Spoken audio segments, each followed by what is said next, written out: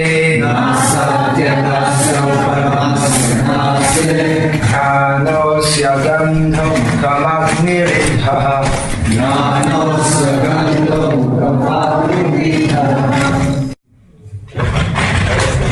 arms are the demigods headed by Indra. The 10 directional sides are his ears, and physical sound is his sense of hearing. His nostrils are the 2 Ashwini Kumaras, and material fragrance is his sense of smell. His mouth is the blazing fire. Virinaya Prabhu is not here, so is the recording going on? The description of the gigantic form of the personality of Godhead made in the 11th chapter of the Bhagavad Gita is further explained here in the Srimad Bhagavatam. The description in the Bhagavad Gita runs as follows. O Vishnu, I see you devouring all people in your blazing mouths and covering all the universe by your immeasurable rays, scorching the worlds you are manifest. In that way, Srimad Bhagavatam is the postgraduate study for the student of the Bhagavad Gita. Both of them are the science of Krishna, the absolute truth, and so they are interdependent. The conception of the Virata Purusha, or the gigantic form of the Supreme Lord, is said to include all the dominating demigods as well as the dominated living beings. Even the minutest part of a living being is controlled by the empowered agency of the Lord. Since the demigods are included in the gigantic form of the Lord, worship of the Lord, whether in his gigantic material conception or his eternal transcendental form as Lord Sri Krishna, also appeases the demigods and all the other parts and parcels, as much as watering the root of a tree distributes energy to all of the trees of the parts. Consequently, for a materialist also, worship of the universal gigantic form of the Lord leads one to the right path. One need not risk being misled by approaching many demigods for fulfillment of different desires. The real entity is the Lord himself, and all others are imaginary, for everything is included in him only. The subject matter here is the Virata Rupa, the universal form of the Lord, but I'm going to comment on a statement that Prabhupada has made in the purport that is tangential to this subject, but vital in our understanding of Bhagavad Tattva Vijnana, the science of the absolute truth, the Supreme Personality of Godhead. Prabhupada writes, Srimad Bhagavatam is the postgraduate study for the student of the Bhagavad Gita. Both of them are the science of Krishna, the absolute truth, and so they are interdependent. Interdependent means that one cannot understand Srimad Bhagavatam without understanding the basic knowledge of Bhagavad Gita. It is the foundation. And whatever is explained in Bhagavad Gita in a concise manner is explained in an elaborate manner in the Srimad Bhagavatam. That's why we find in Srila Prabhupada's purports that often in the Gita, in his Gita purports, he cites Srimad Bhagavatam to elucidate a point that he's making within the purport explaining the verse of Bhagavad Gita. And we find within the Bhagavatam that similarly he quotes Bhagavad Gita verses many times within his purports to elucidate and support the points that are being made therein. So they're interdependent. It's the same message in concise form in Bhagavad Gita and in elaborate form in Srimad Bhagavatam. In Bhagavad Gita, Lord Krishna makes comparative religion pose. We have this in the universities here. Comparative religion. Compare all the different religions. Well, not comparing Christianity, Islam, and all those things, because I guess one reason is because they weren't there at that time. But comparing and showing the values of karma, jnana, yoga and bhakti. Now, unlike in modern comparative religion, where the idea of these modern anthropological and sociological ideas of subjective morality has entered, that there's no fixed morality, but if something is considered in one group moral, that's moral. And if in another group they accept that something else is moral, that's moral. But rather, Krishna is not, it's not that he has 30 minutes or 1 hour before the battle and just to pass time they have a little talk about comparative religion. But Krishna wants to establish what is the absolute truth to Arjuna, who is bewildered. Arjuna is acting on the platform of relative truth, that to kill our gurus is very bad, and for so many reasons he was refusing to fight, which is all very good from the platform of relative truth or relative morality, which is why people often have a difficult time understanding Bhagavad Gita. What is this? This religious scripture in which Arjuna refuses to fight and gives good reasons, and Krishna, who you claim to be God, tells him, no, go and kill. What kind of religion is this? So this has to be understood from this is raising Arjuna from the platform of Dharma, Artha, Kama, Moksha, which we've been discussing in the last few days, to the platform of Bhagavad Tattva Vijnana, the platform of scientific knowledge of the Supreme Absolute Truth, namely Himself, Krishna. And on the absolute platform, in that particular circumstance, for Arjuna to fight was required. In one sense, Arjuna's fighting was circumstantial. What he had to do was to act on the platform of the Absolute Truth, and in that particular circumstance, acting on the platform of the Absolute Truth meant to fight. But the message that Krishna is giving to all of us is not to fight, not necessarily. But the message that is given is to act on the platform of absolute reality, and therefore it's misunderstood by all persons who are not on that platform. Those who are on the platforms of relative morality can never understand Bhagavad Gita, because on the platform of relative morality, it's a horrible thing that Krishna is telling Arjuna to fight and kill so many people.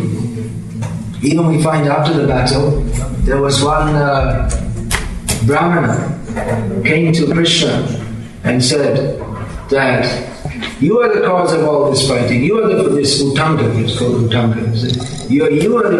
It's all your fault. You could have stopped it. So many people died. I'm going to curse you. Krishna said, well, you can curse me if you like, but it won't have any effect. Because you are in the modes of material nature, and I am nirguna. I am beyond the modes of material nature. Your curse cannot affect me. So those who consider Krishna an ordinary material person, they cannot understand Krishna. Even they sometimes praise him, great philosopher,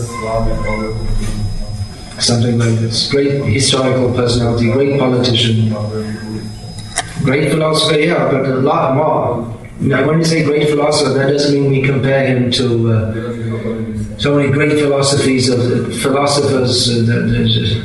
We have some of this Plato and Socrates, and these are the early philosophers, and then we have so many others in the Western world.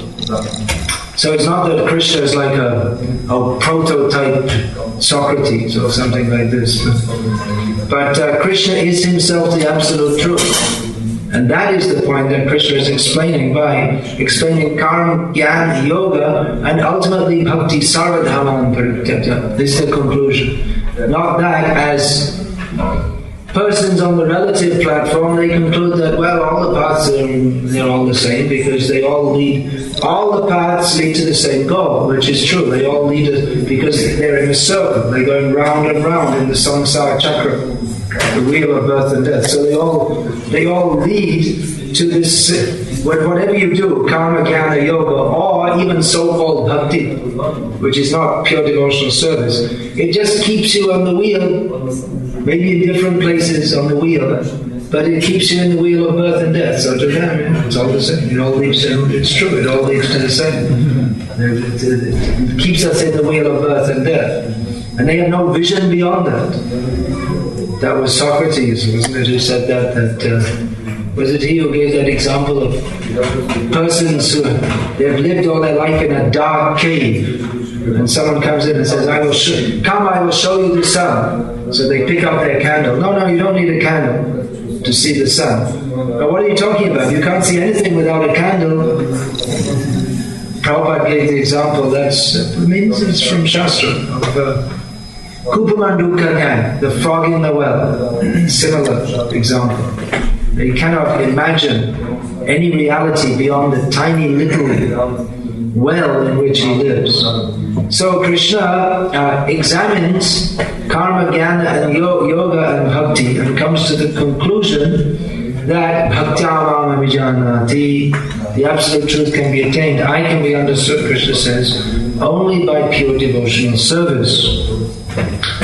So this saradhamam parityaja mamekam sharanam vraja, surrender to me only.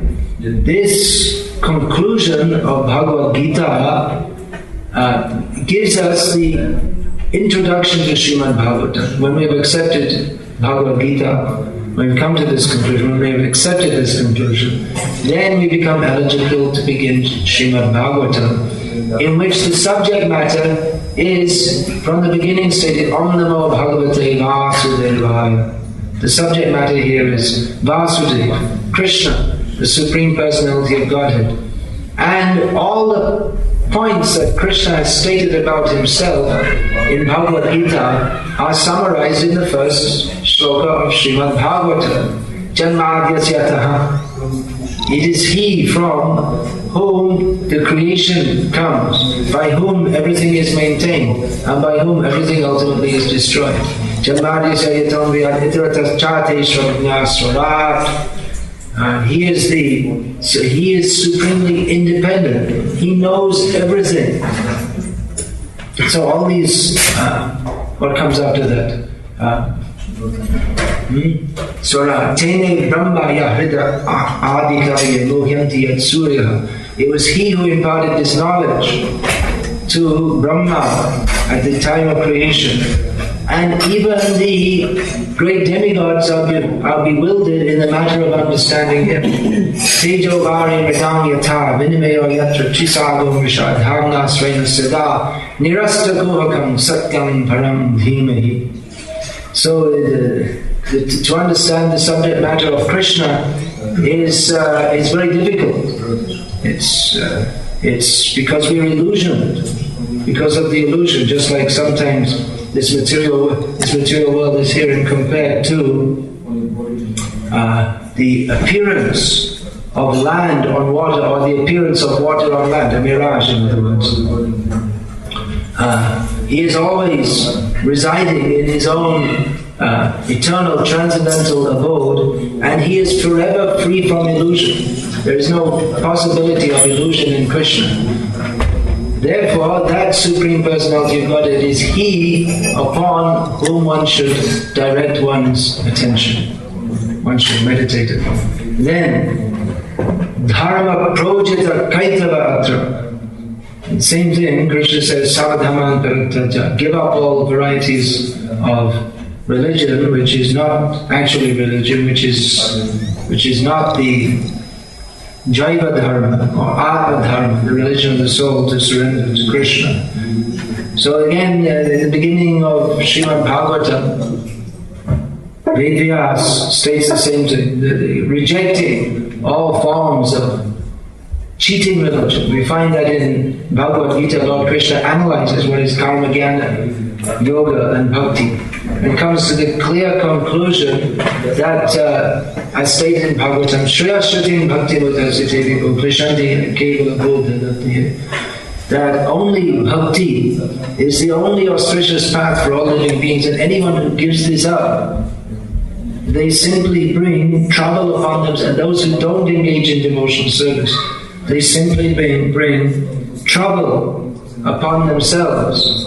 They may think that I'm going to enjoy myself. But actually their attempts at enjoyment simply bring trouble upon themselves.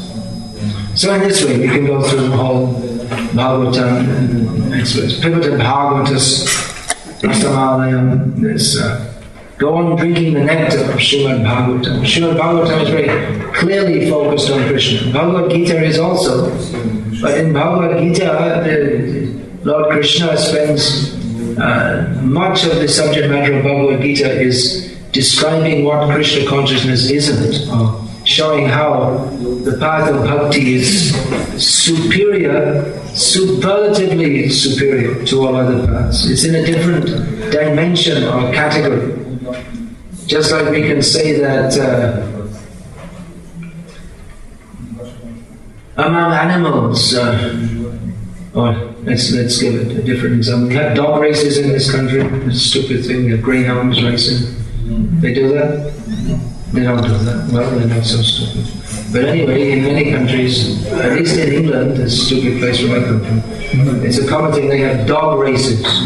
There's a certain kind of dog called a greyhound, which they train to run very fast. They have horse races. Okay, let's go. You must have horse races, right? Okay, horse races. So, we can say among horses, among racing, well, there are different categories of horses. There are pack horses, which they're big, strong, heavy. They pull wagons. They must be using them on the farms still in the country somewhere.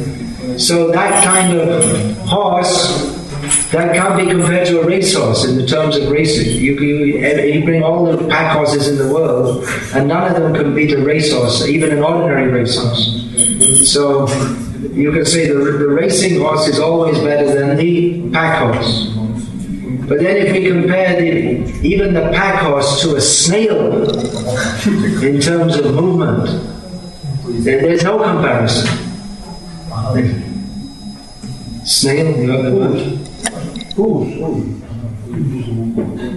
You can bring a snail and put him here, come back 2 days later, and he might have made it from that door to here, moving at top speed. There's a race going on here. I always used to see when I was walking early in the morning in Croatia and Slovenia, that all these snails coming on the road, and then you could see they're crushed by the cars, so many of them, because they can pound their horn, but the snail can't get out of the way. So they become merged with the pavement. So it's like that. It's a different dimension. You can say karma, jnana is better than karma, yoga is better than jnana. When we say bhakti, even if just like some people might say, yes, bhakti is better than karma or jnana. If you like bhakti, yes, it's okay. As if it's not really comparable at all. We may think that, yes, karma, jnana, if you like, you can follow karma, if you like, you can follow bhakti. If you like, you can think bhakti is better than karma. But it's not. In comparing karma, jnana, yoga and bhakti, Krishna seeks to clear the misconception that bhakti is just another path, and it's just maybe a little bit better than karma or jnana. It's in a completely different category. It's not like, if we say bhakti is superior to karma, jnana and yoga, it's not like saying a racehorse is faster than a pack horse. It's like saying, it's comparing a horse to a snail. It's a completely different category.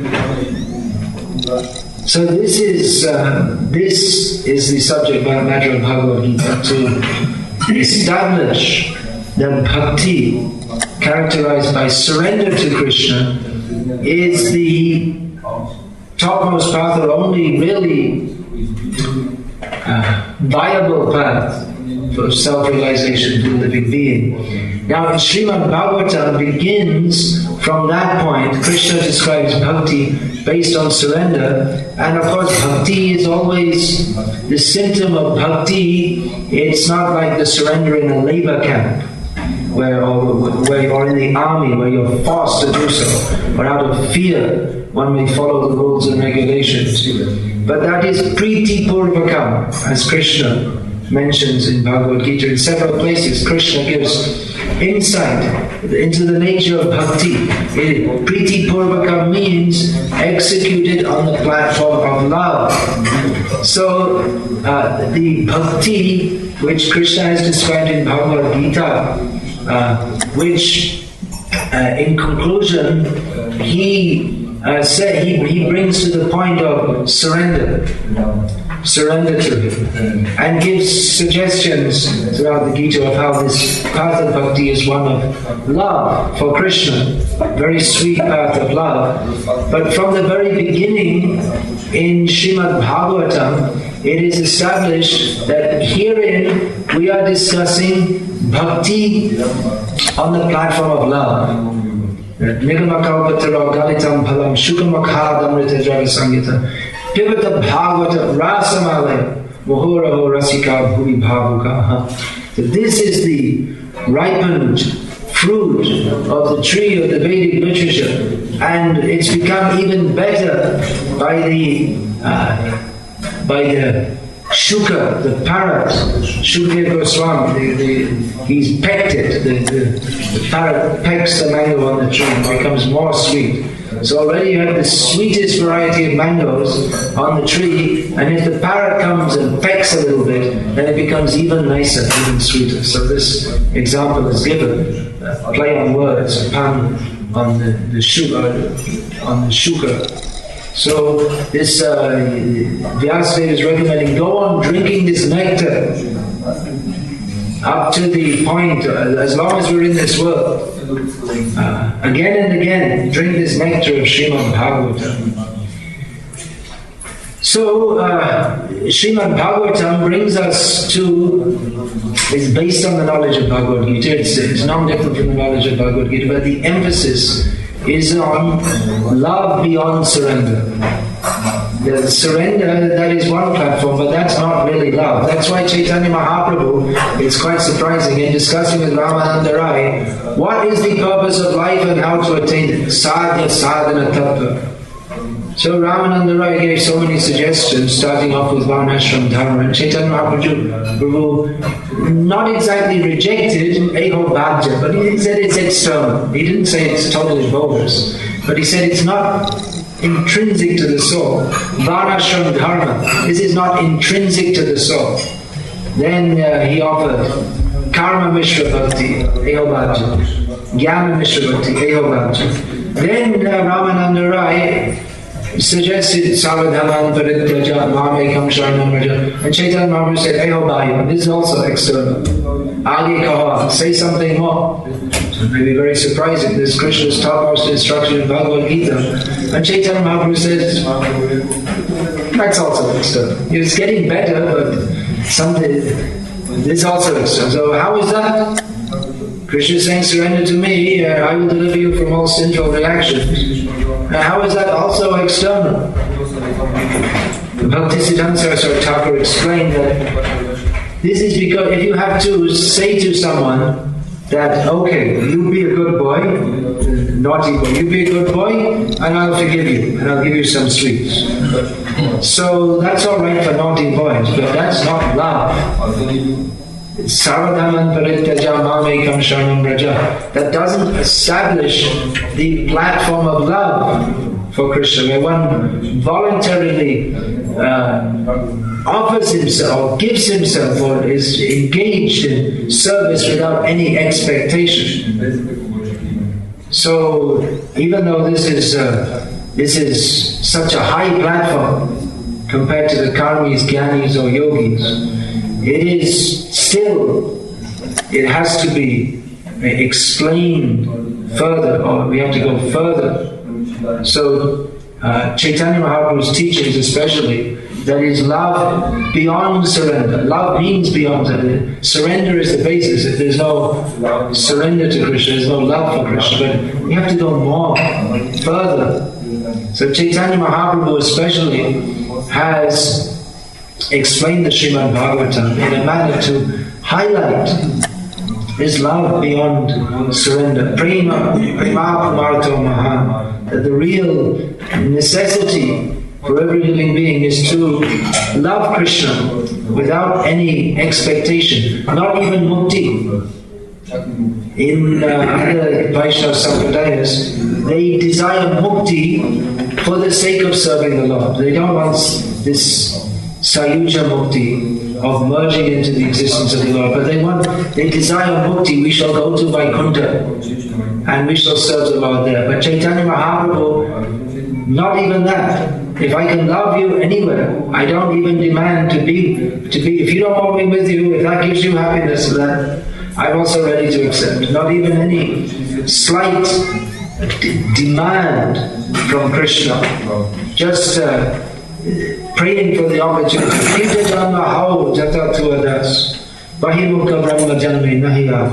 That even if I'm born as a worm in stool, that even if I have to be born, then if I can be your devotee somehow or other, that's all right. But if you want to make me Brahma without any sense of devotion to you, I have no such desire. So this pure devotional service, extreme surrender or beyond surrender. Surrender means basic. It's just like they have after a while they sit down and they have some peace formula, some terms of agreement. They work it out and then they both say, okay, all right, okay, the war's over. But a devotee doesn't stop at that. They have the terms of surrender, and even the defeated party is trying to negotiate for their best self-interest. That we're defeated, okay, you defeated us, but all right, we'll try to come to some agreement whereby we can go on somehow or other with some hope in the future of coming back and maybe overpowering you in future. But the devotee doesn't stop. Chaitanya Mahaprabhu is teaching devotion that we don't just stop at surrendering to Krishna.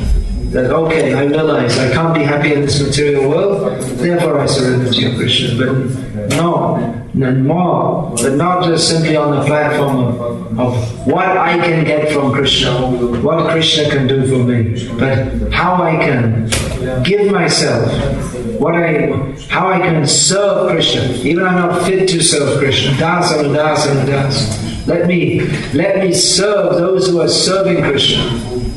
I'm not fit to serve Krishna, but let me at least try to assist those who are serving Krishna. And in this way, if I can make some tiny contribution in this way, by giving all my effort, if I can make some slight contribution to the service of Krishna, that is the desire of my life, even at any amount of discomfort for myself. So this message, which is implicit in Srimad Bhagavatam, it's given there in Srimad Bhagavatam. The message which is implicit or which is introduced, not in a very explicit manner in Bhagavad Gita. That is there in Srimad Bhagavatam, but practically that is being brought out by Chaitanya Mahaprabhu. What is the actual message of Srimad Bhagavatam? Why Srimad Bhagavatam is the topmost scripture? Because in the Bhagavatam there are only topics of pure devotion to Krishna. The only subject matter is this topic of completely giving ourselves to Krishna. Therefore Chaitanya Mahaprabhu has accepted the Srimad Bhagavatam postgraduate study for the student of the Bhagavad Gita. And then Prabhupada commented that even we can go further. What is in Srimad Bhagavatam? What is there in Srimad Bhagavatam that is expressed in Chaitanya Charitamrita? So that Chaitanya Charitamrita, that is very high literature, the Gauriya Vaishnava literature, very high literature, because in there is nothing but this purest devotion to Krishna, which even it may seem to one who is not appreciating that, it may seem something even undesirable or horrible. how Chaitanya Mahaprabhu is leaving his family, his unprotected, his mother without she has no other, her husband is not there, she has no other sons, they all died except Vishnu, and he also left and took sannyas, and then young Vishnu Priya, she's only a young girl, no son, and Chaitanya Mahaprabhu left. He left, simply left. And then he's living in Puri and sometimes rubbing his face on the wall and all blood is coming. And sometimes we hear the description, he's jumping in the sea and then he's floating like a ghost and he's found with all his body is completely white and all the limbs are separated from the body and just the skin is holding them together. And some other time he becomes like a tortoise with his limbs going inside his body. It sounds like something horrible. What is this? This doesn't, we want to be like this? It sounds like something horrible. But that Krishnadas Kaviraj Goswami, what is that? Bhahye Visha Jagadhar Vitare Anandama. He says that externally Chaitanya Mahaprabhu's pastimes appear to be something like poison, something very horrible and nasty, but internally he's experiencing the highest ecstasy. So what is there in the Srimad Bhagavatam? What Chaitanya Mahaprabhu has found in the Srimad Bhagavatam? He recommended to study the Srimad Bhagavatam. He himself will regularly hear Srimad Bhagavatam, especially descriptions of Dhruv Maharaj, Prahlad Maharaj, Gadadhar Pandit. Read again and again and again. Gadadhar, but again and again and again read for Chaitanya Mahaprabhu. And of course, in those days the books were written on palm leaves. So we've heard this Srinivasa Acharya, he came to see Chaitanya Mahaprabhu, and just as he was coming, he got the news that Chaitanya Mahaprabhu has passed away. So then he found Gadadhar Pandit. He had the order that you should study from Gadadhar Pandit, study Srimad Bhagavatam. So he went to Gadadhar and said, yes, I can teach you Srimad Bhagavatam, but go back to Bengal and get another copy, because I cried so much reading it to Chaitanya Mahaprabhu, I can't read it anymore. So then again he went back to Bengal, got a copy, came back and found Gadadhar also passed away. So like this, the pastimes of the Gauriya Vaishnavas, they seem to be full of so much pain and suffering, just like Srinivasa. Then again he came to Vrindavan and he found that he's just approaching and he found everyone is crying. And why are Rups and Arjuna just passed away? Oh, again ancient. And like this. Then he got the shelter of Jiva Goswami, and then taking the books back to Bengal, and again all the books stolen. So it's just so much struggle and suffering. But those who can take the ghee out of the milk, those who are Sara, what is that? Saragrahi. Those who can find the essence, they will find in this Srimad Bhagavatam the deepest ecstasy, the actual platform of love of God. That's why I say this interfaith. Yeah, we can discuss with people, but it's like it's a discussion between a racehorse and a snail. Really, I mean, there's no comparison. This Christian religion, the Bhagavad Dharma, there's no comparison. They don't even know what is the soul, and no idea who is God. And they have so many funny ideas that unless you believe in Jesus, you could burn in hell forever. They have so many theological problems, just like, but what happens to the to the babies who, before they get baptized, they die, and then they go to limbo. You heard this in Catholic theology? They made up this limbo. And because otherwise there's no explanation, there's no description in the Bible, but they made it up because otherwise what do you say? And then what else is there? Then if someone's baptized as a Catholic, but they're completely sinful, then you go to purgatory. That's another thing made up. You burn for some time, then you come out, and because you're a good baptized Catholic, then you can go to God also. Whereas those who don't believe, those who are not baptized, if they're not bathed in the blood of Jesus, then they have to burn in hell forever, thanks to the all-merciful God. So it doesn't make any sense. As Bhakti Thakur said, that he analyzed briefly what is Christianity. He said that according to this, first of all there was a man and a woman, and then the woman ate an apple, and as a result of that, everyone is suffering since time immemorial. But then God came and died, and then they got free from the offense of eating an apple. And then Bhakti Thakur's comment is that no intelligent person can accept this religion. So that's why I said, what is this interfaith? How will Einstein discuss with a 5-year-old his theories? What is there to discuss? Of course, we're not Einstein as far as spiritual understanding goes, but what we've been given, this knowledge of Bhagavatam, it's in a different dimension to that of anything in this world. Therefore, Bhagavad begins with the proposition Dharma Kaitara. Dharma approaches are Kaitara.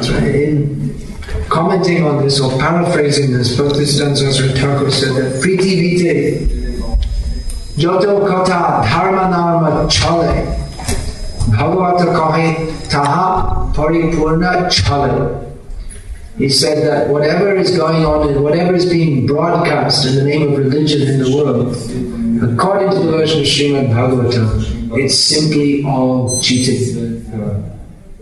And with the boop boop, 9 o'clock, I've finished it. So we can go out on time to execute the Bhagavad Dharma of chanting the holy names of Krishna in the streets of Ljubljana, to all the Ljubljana Vasis, which is the conclusion of Srimad Bhagavatam. The conclusion of Srimad Bhagavatam, the last verse, is to chant the names of Krishna. Nama Sankirtana. Hare Krishna. Hare Krishna.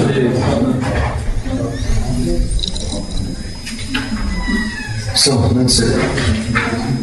Right? We should move on. Srimad Bhagavatam ki jai. Divine Grace Srila Prabhupada ki jai.